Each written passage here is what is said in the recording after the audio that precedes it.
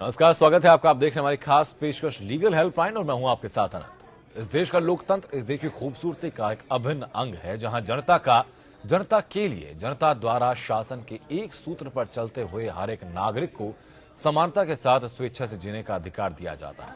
लोकतंत्र की आत्मा संविधान को कहा जाना अतिशयोक्ति नहीं होगा और इसी संविधान का प्रियम्बल यानी संविधान की प्रस्तावना भी समाज के हर व्यक्ति के लिए समता और न्याय की बात करती है। कानून हर समस्या के सही प्रारूप में समाधान के लिए मौजूद है, लेकिन सही जानकारी ना होने या कानूनी पेचीदगियों के चलते समाज का एक बड़ा हिस्सा सही समय पर न्याय हासिल करने में असमर्थ महसूस करता है। और इसी अंतर को खत्म करने के लिए इंडिया लीगल रिसर्च फाउंडेशन के इनिशिएटिव लीगल हेल्पलाइन में हम यहाँ मौजूद हैं, आपकी हर कानूनी समस्या में एक बेहतर सहायता के लिए। और आज जिस विषय पर हम बात करेंगे वो है प्रॉपर्टी के रजिस्ट्रेशन को लेकर।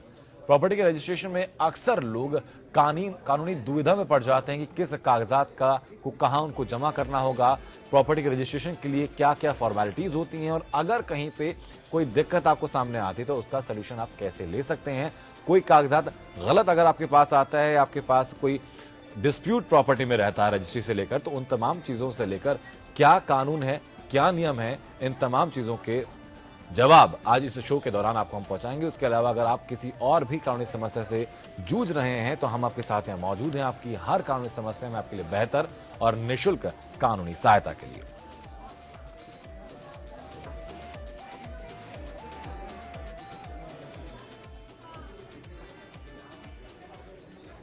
इस वक्त अधिवक्ता विक्रम सेठ हमारे साथ हैं। विक्रम, बहुत बहुत स्वागत है आपका शो में आने के लिए। सर, जब हम प्रॉपर्टी के रजिस्ट्रेशन की बात करते हैं, transfer of property and registration of property act की हम लोग बात करते हैं, दरअसल ये एक्ट क्या कहता है मोटे तौर पर, अगर आप दर्शकों को समझा पाए ये चीज़। देखिए, ट्रांसफर ऑफ प्रॉपर्टी एक्ट सीधा कहता है कि किस तरीके से प्रॉपर्टी ट्रांसफर हो सकती है, किस तरीके से टाइटल कन्वे हो सकता है। टाइटल कन्वे करने का सिर्फ एक ही तरीका ट्रांसफर ऑफ प्रॉपर्टी एक्ट में बताया गया है कि प्रॉपर्टी थ्रू रजिस्टर्ड डॉक्यूमेंट ही ट्रांसफर हो सकती है। अनरजिस्टर्ड डॉक्यूमेंट से अगर आप प्रॉपर्टी ट्रांसफर करते हैं तो कोई भी टाइटल कन्वे नहीं होगा। अगर रजिस्टर्ड डॉक्यूमेंट से ही टाइटल कन्वे किया जाता है तो ही टाइटल वैलिड होगा और कोर्ट में वैलिड है, हर जगह वैलिड है, उसमें किसी तरह की फ्यूचर में समस्या नहीं आएगी। और अगर आती है तो कोर्ट में आप उसको प्रेजेंट कर सकते हैं और उसमें आप बेशक अपने पक्ष रख के जी सकते हैं। जी ठीक है सर, मैं लौटूंगा आपका विक्रम इंस्पेक्टर। महाराष्ट्र से सचिन हमारे दर्शक जुड़ चुके हैं हम तक। सचिन, अपनी बात आप रखिए, कैसे आपकी सहायता हम लोग कर सकते हैं। मैं ये जानना चाह रहा हूँ सर, जब कोर्ट में अपना कोई केस चालू हो तो किस धारा का इस्तेमाल कर जल्द गति से न्याय मिल सकता है। सचिन, आपकी आवाज बहुत साफ हम तक नहीं पहुंच पाई, अपनी बात आप दोहराइए जरा एक बार। जी सचिन, अगर कोई अपना केस चल रहा है तो केस जल्द गति से चलने के लिए कौन सी धारा का इस्तेमाल किया जा सकता है सर। ठीक है विक्रम, इनका सवाल दरअसल फास्ट स्पीडी ट्रायल को लेकर है कि अगर केस बहुत वक्त से लंबित हो इनका और केस में कोई बहुत तुरंत कार्रवाई ना हो पा रही हो तो क्या इनके पास प्रावधान रहता है कि केस में जल्दी सुनवाई हो पाए। देखिए, केस किस तरीके का है, क्या वो क्रिमिनल ट्रायल है या सिविल ट्रायल है, दोनों में फ़र्क है। अगर सिविल सूट है तो उसमें टाइम थोड़ा सा लगेगा ही, और अगर क्रिमिनल है तो उसमें भी टाइम थोड़ा सा लग सकता है। कोर्ट की अवेलेबिलिटी और कोर्ट के पास केसेस बहुत हैं और जजेस और सिस्टम में इतनी हमारे पास स्पीड नहीं है कि हम उसको बहुत ही जल्दी पढ़ाएं। फिर भी अगर इनका एक अनरीजनेबल डिले हो रहा है, अनरीजनेबल डिले आ रहा है, तो उसके लिए ये हाई कोर्ट में जाके फाइल कर सकते हैं। रिट हाई कोर्ट में रिट फाइल करके उसको टाइम बाउंड डिस्पोजल के लिए ये कोर्ट से प्रेयर ले सकते हैं, ताकि कोर्ट उसमें उनको डायरेक्ट कर सके दूसरी कोर्ट को कि कितने टाइम के अंदर उस केस को खत्म करके वो जल्द से जल्द डिस्पोजल किया जाए। जी, उम्मीद करता हूँ सचिन की बेहतर सहायता आपको इस बारे में मिली है। विक्रम जी, जब हम प्रॉपर्टी की ट्रांसफर की बात करते हैं, प्रॉपर्टी के ट्रांसफर का पूरा प्रोसीजर क्या होता है, क्या क्या डॉक्यूमेंट्स उसमें चाहिए होते हैं, और जो 2002 के अमेंडमेंट्स की हम लोग बात करते हैं उस अमेंडमेंट में क्या कहा गया था। देखिए, 2002 में अमेंडमेंट बहुत क्लियर था कि ट्रांसफर ऑफ प्रॉपर्टी एक्ट में कोई भी डॉक्यूमेंट जो हमें ट्रांसफर कराना है, कोई भी प्रॉपर्टी के ट्रांसफर कराना है, हर तरह का जो डॉक्यूमेंट चाहिए वो रजिस्टर्ड ही चाहिए। रजिस्टर्ड डॉक्यूमेंट से टाइटल कन्वे होगा। इसके साथ साथ हमें क्या क्या डॉक्यूमेंट चाहिए, उसके लिए हमारे पास डॉक्यूमेंट्स पुराने सारे होने चाहिए, पूरी टाइटल चेन होनी चाहिए।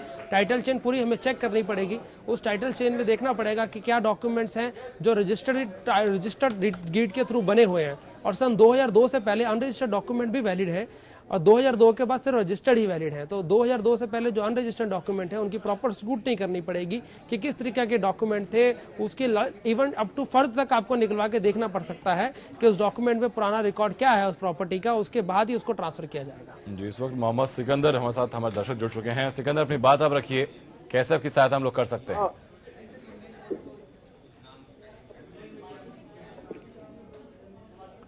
सिकंदर, आप तक आवाज पहुंच रही है हमारी? तो मैं ये जानना चाह रहा हूँ कि मेरी एक जमीन मैंने खरीदा हूँ, लेकिन टोटल डॉक्यूमेंट्स वगैरह सातपुड़ा वगैरह अभी लेख जो आता है ना, जो मोज मापन करता है जी, तो वो हमें मोज की यानी कि जमीन को जिन को देने के लिए तैयार नहीं है। वो कहते हैं कि ये टुकड़ा करके नहीं दे सकते हम आपको, इसके लिए आप सिकंदर, आपकी पूरी बात हम तक दरअसल पहुंच नहीं पाई। अपनी बात को दोहराइए आप एक बार।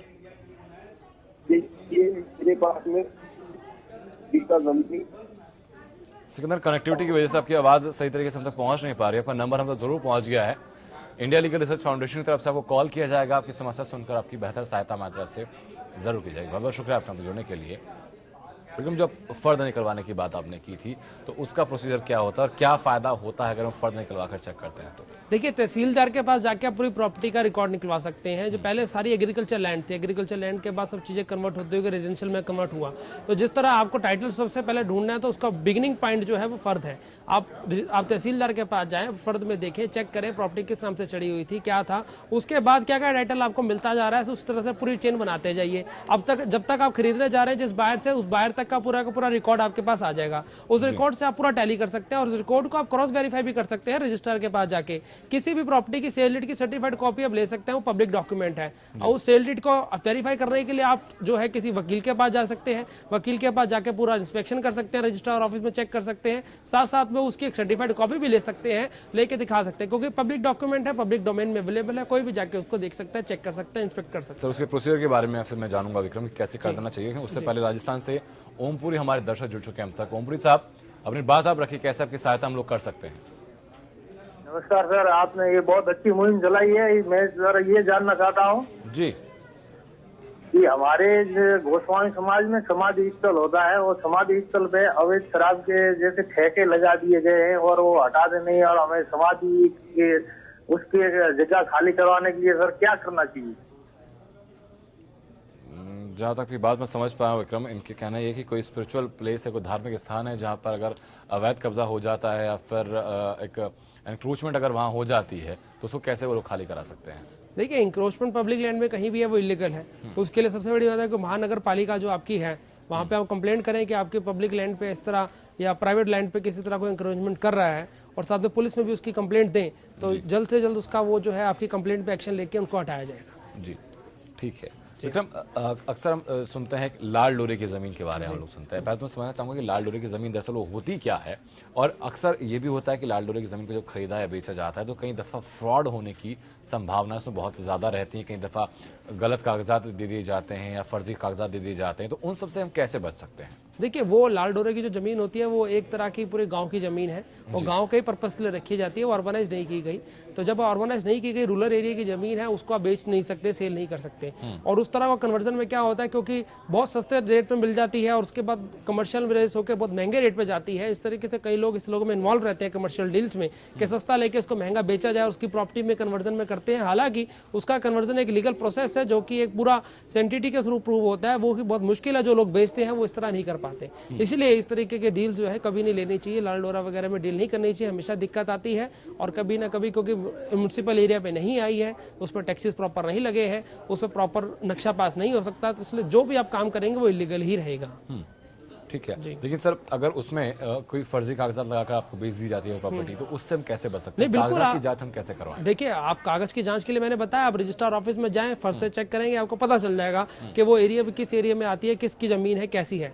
उसके साथ साथ अगर कोई ऐसे पेपर उसके बना ही लेता है जो कि पूरे फर्जी है, तो आपके पास राइट है, आप कंप्लेंट फाइल करें थाने में, और उसके साथ साथ उसके खिलाफ कोर्ट में मुकदमा दर्ज करें, क्रिमिनल कंप्लेंट फाइल करें फॉर्जरी का, कि किस तरह फॉर्जरी की, किस तरह चीटिंग की, उसने चीटिंग दिखाई है, तो चीटिंग आपके साथ प्रूव होगी, उसके साथ आप उसको कन्विक्ट करवा सकते हैं उस चीज में। तो आपको एक due process of law adopt करना पड़ेगा उसके कंप्लेंट करने के लिए। ठीक है, इस वक्त नजफगढ़ से सरिता हमारी दर्शक। सरिता, अपनी बात आप रखिए, कैसे आपकी सहायता हम लोग कर सकते हैं? हेलो जी सरिता। हाँ जी, मैं ये बोल रही थी कि मैं हमारे को रिश्तेदार भेजिए। जी हेलो जी जी। जिस मैंने अपने लड़की की शादी की थी, वो SI है जी, वो हमको धमकी देता है बार बार। ये क्या करेगी उसका? किस बात की धमकी देते हैं आपको?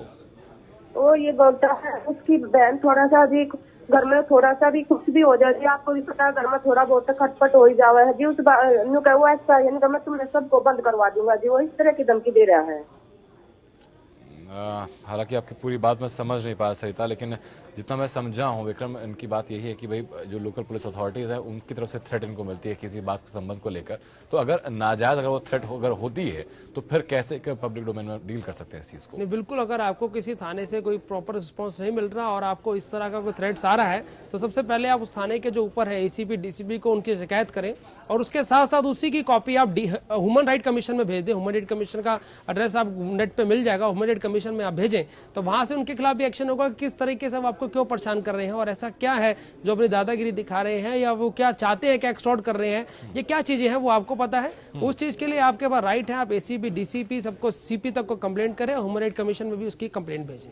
सरिता, तो इस बात के लिए बहुत बेहतर और कारगर उपाय यही हुआ कि आप जो वरिष्ठ पुलिस अधीक्षक हैं आप वहां जाकर शिकायत दर्ज कर सकते हैं, लिखित शिकायत आप उनको दीजिए और वहां से उनकी रिसीविंग भी ले लीजिए। उसी कॉपी को आप मानवाधिकार आयोग में भेज सकती हैं, तो वहां से आपको बेहतर सहायता इस चीज के लिए मिल सकती है। बहुत बहुत शुक्रिया आपका हम तक कॉल करने के लिए। इस वक्त मदन लाल हमारे दर्शक जुड़ चुके हैं हम तक। मदन लाल, अपनी बात आप रखिए। हाँ जी सर, नमस्कार जी। जी नमस्कार। मेरा एक बिजली से संबंधित मामला है सर, इसके बारे में बता सकते हैं? बिजली से संबंधित? जी बताइए सर। हाँ जी, रखो सर। जी जी।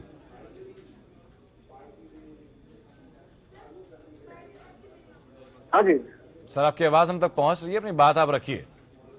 हाँ जी, मैं रखा हूँ कि मेरा एक घर का ट्यूबवेल है, उसके ऊपर मैंने 750 पावर का। हाँ जी सर, आपकी आवाज पूरी तरीके से अब तक पहुंच नहीं पा रही मदन लाल। आपका नंबर अब तक पहुंच गया है। मेरे पास आ रही है आपकी आवाज। जी रखिए। हेलो, मेरे पास अपना घर का ट्यूबवेल है सर। जी। हेलो। जी जी। हेलो। चलिए सर मदन लाल, अगली दफा अगर आप कॉल करें तो टीवी की वॉल्यूम आप बंद कर लीजिएगा, उसके बाद हम लोग बेहतर स्थिति में होंगे आपकी बात को समझकर उसमें बेहतर कोई भी उपाय बताने के लिए। विक्रम जी, आपके पास मैं आता हूँ कि आजकल जैसे डिमोनेटाइजेशन के चलते हुए एक प्रश्न मन में ये भी आता है लोगों की, भाई अगर प्रॉपर्टी का रजिस्टर कराने जाते हैं हम लोग तो उसमें पैसे भी लगते हैं, आपको पर्ची भी कई दफ़ा कटानी पड़ती हैं और स्टैम्प पेपर आपको खरीदने पड़ते हैं। तो क्या डिमोनेटाइजेशन के बाद इतनी बड़ी अमाउंट में आप रकम निकाल नहीं सकते? तो अगर स्टैम्प पेपर खरीदे जाने हैं तो आप कहाँ से वो खरीद सकते हैं? देखिए, आजकल स्टैम्प पेपर अवेलेबल है, आप ट्रेजरी में जाएं, ट्रेजरी का बैंक अकाउंट नंबर लें, वहाँ पे अकाउंट पे पैसा ट्रांसफर कर सकते हैं या आप चेक या पे ऑर्डर द्वारा भी पेमेंट कर सकते हैं। लेकिन आपको स्टैम्प पेपर जो ई स्टैंपिंग जो भी अवेलेबल है वो तभी मिलेगी जब उनका ड्यूज उनको रिलाइज हो जाएगा, यानी पैसा उनको मिल जाएगा। जिस तरह जैसे ही उनको पैसा मिल जाएगा, चेक रिलाइजेशन होने के बाद या डीडी रिलाइजेशन होने के बाद आपको आपकी कोर्ट फीस दे दी जाएगी। तो उसमें बहुत तरीके, आप अपने ट्रेजरी में जाकर कॉन्टेक्ट करें, वो आपको हेल्प करेंगे इस चीज़ के लिए। ठीक है सर। इस वक्त इटावा से तेजन हमारे दर्शक जुड़ चुके हैं हम तक। तेजन, अपनी बात आप रखिए, कैसे आपकी सहायता हम लोग कर सकते हैं? नमस्कार सर। जी नमस्कार। सर, मैं ये जानना चाहता हूँ जी कि मैंने अपने चाचा जी को 1.5 बीघा खेत दी थी दान रूप में। जी। आपको क्या आवाज हमारी मिल रही है? जी जी मिल रही है। मैंने अपने चाचा को 1.5 बीघा खेत दान रूप में दी थी, उन्होंने दूसरे लोगों को दान में दे दी। जी। हेलो जी। सर, मैंने अपने चाचा जी को 1.5 बीघा खेत दान में दी थी, जी। तो उसको उन्होंने दूसरे व्यक्तियों को दान में दे दी, उसमें कुछ हम कार्रवाई कर सकते हैं सर कि नहीं? विक्रम जी, आपके पास मैं हूँ इस चीज के लिए। इनको दान में मिली थी, उसके बाद उन्होंने दान में दे दी। इन्होंने अपने चाचा को दान में दी जी। तो चाचा ने वो जमीन आगे किसी को दान में दे दी। जी, तो देखिए दान में दे दी तो अब देखना पड़ेगा, डॉक्यूमेंट्स मंगाने पड़ेंगे इनसे। अगर इन्होंने गिफ्ट ऑफ डीड के थ्रू रजिस्टर्ड की है और कौन से सन में किया और कब की है, और उसके बाद अगर टाइटल पूरा कन्वे इनकी तरफ से लीगल हो गया तो वो आगे जहां मर्जी यूज करे। अगर उन्होंने आगे दान दे दी तो वो तो ठीक है, बिक गई, वो आगे एक तरह का गिफ्ट डीड हो गई। अब गिफ्ट डीड हो गई तो टाइटल आगे कन्वे हो गया, जब टाइटल ट्रांसफर हो गया तो इनका तो कोई राइट नहीं रहता। तो वो देखना पड़ेगा इन्होंने क्या टाइटल किया और उसके बाद उन्होंने क्या टाइटल किया, तो दोनों के टाइटल का हमें जो है बेहतर होगा कि इस बारे में जो आपने अगर किसी कागजी कार्रवाई के द्वारा उनको प्रॉपर्टी दान में दी है आपने अपनी, तो वो तमाम कागजात आप हम तक भेज दीजिएगा। उसके बाद हम लोग बेहतर स्थिति में होंगे कोई भी सहायता आप तक पहुंचाने की। बहुत बहुत शुक्रिया आपका आप तक कॉल करने के लिए। विक्रम जी, हम बात कर रहे थे कि अगर जो प्रॉपर्टी में जो फर्जी मामले सामने आता है उसमें नॉर्मल इससे ये फर्जी आती है कि भाई एक ही प्रॉपर्टी 2-3 लोगों को बेच दी जाती है, या फिर फर्जी कागजात लगा किसी और की प्रॉपर्टी किसी और को बेच दी जाती है, जिससे कि जो व्यक्ति प्रॉपर्टी खरीदता है उसको बहुत दिक्कतें चीज़ों का सामना करना पड़ता है। तो उस चीज़ से वो कैसे बच सकता है, क्या क्या प्रिकॉशन हम लोगों को प्रॉपर्टी खरीदते हुए रखनी चाहिए, और अगर आप कहीं फंस जाते हैं इस तरीके से तब क्या उपाय अपना सकते हैं? देखिए, प्रॉपर्टी जब भी आप खरीदने जाएं, सबसे पहले वही बात है कि आप उसका टाइटल वेरीफाई करें। टाइटल आप एसडीएम ऑफिस से जाके वेरीफाई करें, वकील की हेल्प लें, वकील पूरे डॉक्यूमेंट जाके इंस्पेक्शन करके कर पाएगा, पूरी वेरीफाई करके दिखाएगा। और उसके साथ साथ जिस बिल्डर से या किसी से प्रॉपर्टी ले रहे हैं उसका भी वेरिफिकेशन करें कि उसका कैसा रोल रहा है। कि ऐसा तो नहीं कि वो इस तरह का प्रवृत्ति का आदमी है कि एक ही चीज़ के बना दे। मान लीजिए एक जमीन ली, 4 फ्लैट बनाए और चारों को फ्लैट को चार फ्लैट 8 जनों को बेच दे, तो इस तरह का प्रवृत्ति का आदमी तो नहीं है। वो भी देखिए, और वो भी आप चेक कर सकते हैं कंसर्न रजिस्ट्रार ऑफिस से कि इस प्रॉपर्टी की डीड कब तक हुई, कितनी नहीं बिकी, प्रॉपर्टी का एड्रेस हर जगह पे हुआ। अब तो इस थोड़े टाइम बाद जैसे ई गवर्नेंस आ रही है, तो ई गवर्नेंस के साथ साथ ये रहेगा कि अब सारी प्रॉपर्टी का रिकॉर्ड भी ऑनलाइन होने जाएगा। जब हो जाएगा तो इस तरह की समस्या दूर हो जाएगी। लेकिन तब तक हमारे को यही है कि स्क्रूटनी प्रॉपर करनी पड़ेगी, रजिस्ट्रार ऑफिस में जाके हर जगह जाके देखना पड़ेगा, और तभी जाके डी ट्रांसफर हो पाएगी। इसके साथ साथ एक बात आजकल और देखने में आ रही है कि मान लीजिए जब किसी बिल्डर से, रेप्यूटेड बिल्डर से भी आप डील करते हैं, तो उन्हीं के सेट फॉर्मेट में सेल डीड मिलती है। वो अपने कन्वेंस डीड या सेल डीड जो भी, या एक 199 की परपेचुअल लीज डीड जो देते हैं, वो एक सेट फॉर्मेट होता है उसका, उसी पे आपको साइन करना है, उसी को आपको एक्सेप्ट करना ही करना है, उसको आप मना नहीं कर सकते। इस तरीके के टर्म्स को एंटी कॉम्पिटिटिव भी कहा गया है कंपटीशन कमीशन ने, उसके ऊपर भी एक्शन लिए गए हैं कि इस तरह बिल्डर्स जो है इस तरह फोर्सफुल एक्शंस ना लें, और इस तरह अपना एक बाउंडेशन एक क्लाइंट पे ना रखें, क्योंकि अगर वो साइन नहीं करेगा तो उसको जाना पड़ेगा, उसको हम डील नहीं देंगे। इस तरह के टर्म्स जो है नहीं होने चाहिए। हमेशा जो भी एग्रीमेंट होना चाहिए पब्लिक पॉलिसी के अकॉर्डिंग होना चाहिए, एज पर कॉन्ट्रैक्ट लॉ उसको अमेंड पूरा कंप्लाई करके होना चाहिए। इसीलिए ये लेने वाले की भी जिम्मेवारी है, बायर बिहेवियर का रूल है, बायर जो भी जाए उसको पूरा तरफ देखे, स्क्रूटनी करे, और इस तरह का अगर कोई एग्रीमेंट उसके सामने आता है तो उसको एग्जैक्टली मना करे, निगलेक्ट करे, उसके खिलाफ लीगल प्रोटेक्शन ले, प्रोसीडिंग्स ले। 100% उसको कोर्ट से सपोर्ट मिलेगा अगर ऐसे एग्रीमेंट कोई ऐसा होगा जो लीगल पॉलिसी के अगेंस्ट होता है। ठीक है, लेकिन सर अगर हम उस वक्त पे स्क्रूटनी नहीं कर पाते, जिस वक्त एग्रीमेंट साइन हुआ है उसके बाद कुछ परिस्थितियां बनती हैं कि हमें उस डॉक्यूमेंट की खामियां नजर आती हैं, तो तब क्या कोई शिकायत का प्रावधान रहता है? अब बिल्कुल रहता है। तब आपको जैसे ही पता रहा तो आपने गुड फेथ में प्रॉपर्टी ली, अगर प्रॉपर्टी आप गुड फेथ में बाय करते हैं, आप इनोसेंट बायर हैं, और आपको पता चलता है कि उस प्रॉपर्टी में ऐसा कोई लकूना था या दिक्कत थी, या जो कि बेचने ने जो ऑनर ने आपसे बचाई या छुपा के रखी, तो उसके खिलाफ आप बिल्कुल कानूनी कार्रवाई कर सकते हैं, सिविल सूट फाइल कर सकते हैं, क्रिमिनल केस कर सकते हैं, हर तरह की कार्रवाई करके आप उसके खिलाफ एक्शन ले सकते हैं, डैमेजेस क्लेम कर सकते हैं, सब राइट्स अवेलेबल आपके पास। ठीक है सर, एक छोटी सी दिक्कत, बल्कि बड़ी दिक्कत वो है जो रोजमर्रा की जिंदगी में हम लोग जब भी रजिस्ट्रेशन कराने जाते हैं तो हर जगह पर जहाँ जहाँ आपको कोई फॉर्म खरीदना होता है, कोई फॉर्मेलिटी करनी होती है, वहाँ पर कुछ प्राइवेट लेन देन की बातें भी अक्सर सामने आ जाती है, जिसमें कि बड़ा पैसा उस वक्त लोगों का जाता है, क्योंकि आपको प्रॉपर्टी का रजिस्ट्रेशन कराना ही उस वक्त होता है। तो अगर ऐसी परिस्थितियां सामने आती हैं तो कैसे उन चीज़ों से बचा जाए? देखिए, होता क्या है कि जहाँ पे इनोसेंस होती है वहीं पे इस तरह का सिस्टम होता है कि एक बायर आया, पहली बार जिनकी प्रॉपर्टी खरीद रहे, कभी कुछ देखा नहीं, और वो जाता है वहाँ पे, और कोई कुछ तरह के लोग जो वहाँ मिलते हैं जिसको इम्पोस्टर्स कहते हैं, भाई इतने रजिस्ट्री हो रही है, ये हो रहा है, इतना खर्चा आपको एक्स्ट्रा लग रहा है। उसमें सबसे बड़ी बात यह है कि आप उनसे जो भी पेपर दें, जो भी बिल दें, जो भी करें, उसका बिल मांगे, उसका सबूत पूछें। अगर आप कोर्ट में पेपर ले रहे हैं तो आपको ई स्टैम्प पेपर मिलेगा, अगर स्टैम्प पेपर ले रहे हैं तो स्टैम्प पेपर मिलेगा, अगर आप एसडीएम ऑफिस में या रेवेन्यू दे रहे हैं तो उसकी रसीद मिलेगी। हर चीज आप लें, अगर हर चीज आप लेंगे, उसके साथ उसकी जो फीस है वो उसको देंगे, तो कोई दिक्कत नहीं आएगी। तो किसी तरह के आप इस भगदड़ से, इस तरह की आप धोखाधड़ी से बच सकते हैं। ठीक है सर, पानीपत से हरीश हमारे दर्शक जुड़ चुके हैं हम तक। हरीश, अपनी बात आप रखिए, कैसे आपकी सहायता हम लोग कर सकते हैं? हेलो नमस्कार जी नमस्कार हरीश। सर, मैं पानीपत से बोल रहा हूँ। मेरी मदर की एफडी थी, कोई 3-3.5 लाख रुपए की जी, तो उसमें नॉमिनी मुझे आ रहे थे, वो एक्सपायर हो गए हैं। तो मैं कुछ दिन के बाद जब डेथ सर्टिफिकेट लेने गया तो मेरे ब्रदर वगैरह ने उससे वगैरह ले लिया जी, कोर्ट की तरफ से कोई स्टे डाल दिया उन्होंने जी, रुकवा दिए पैसे, मेरे बैंक वाले पैसे पेमेंट नहीं कर रहे अभी जी। ठीक है, क्या मुझे पेमेंट मिलेगी या सभी को मिलेगी? विक्रम जी जी, सभी को मिलेगी, क्योंकि अगर सब लीगल रायरर्स हैं और उनके बाद उनके सक्सेसर्स हैं, तो सक्सेशन सर्टिफिकेट फाइल किया होगा उन्होंने जरूर, तभी उसमें स्टे हुआ है। सक्सेशन प्रोसीडिंग्स में जो कोर्ट का फैसला आएगा उसको मान्य होगा। सक्सेशन प्रोसीडिंग्स में अगर ये आता है कि सब इक्वल राइट्स होल्डर है तो सबको इक्वली मिलेगा।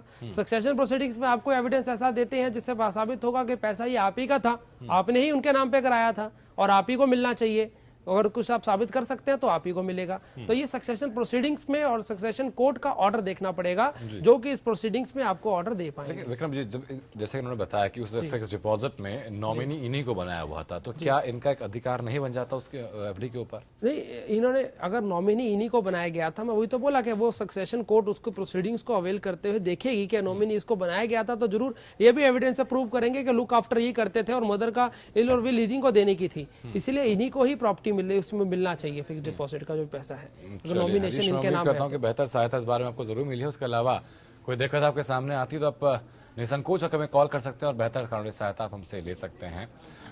विक्रम जी, जो हम बात करते हैं प्रॉपर्टी के रजिस्ट्रेशन की, तो क्या क्या और इम्पोर्टेंट चीज़ें हैं जो कि प्रॉपर्टी रजिस्टर होने के बाद ध्यान में रखनी चाहिए? क्योंकि मतलब अगर हम किसी बिल्डर से कोई फ्लैट खरीदते हैं तो पता ये लगता है कि जो वास्तविकता में नक्शा हमें दिखाया गया था शुरुआत में, वो नक्शा हमें वहां पर नहीं मिलता, या कोई और सुविधाएं अगर दी गई थी तो वो सुविधाएं वहां पर नहीं मिलती हैं। तो प्रॉपर्टी आप खरीद चुके हैं, पूरा पैसा दे चुके हैं, पोजीशन आप लेने जा रहे हैं, तो एक बड़ा अमाउंट आपका फंसा होता है अगर आप बिल्डर को अपोज भी उस चीज पे करते हैं तो आसान और सेफ रास्ता क्या होता है?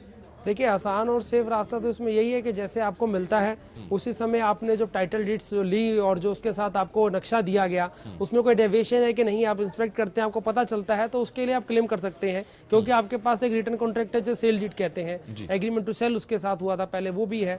तो आप सेल डीड के अकॉर्डिंगली, क्योंकि लास्ट डॉक्यूमेंट कन्वेंस का सेल डीड है, तो सेल डीड के अकॉर्डिंगली आप उनको मुकदमा सू कर सकते हैं, उनके खिलाफ प्रोसीडिंग्स फाइल कर सकते हैं कि आपने वादा ये किया था, आपने बेची चीज ये थी और दी ये है।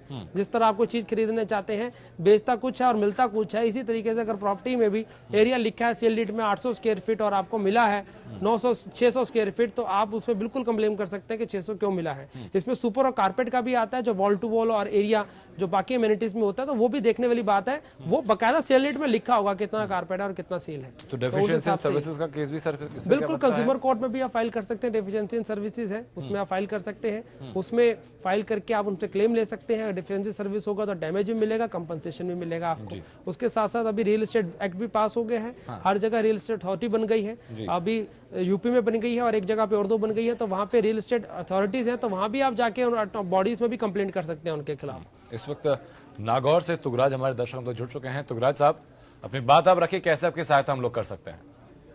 हेलो जी हेलो सर, आपकी आवाज हम तक पहुंच रही है, अपनी बात आप रखिए। सर, मैं ऐसा बोल रहा हूँ, हमको बीपीएल कार्ड में जुड़वाना है। जी, बीपीएल आपको अपने आप को बीपीएल कार्ड के अंतर्गत रजिस्टर कराना है? हाँ।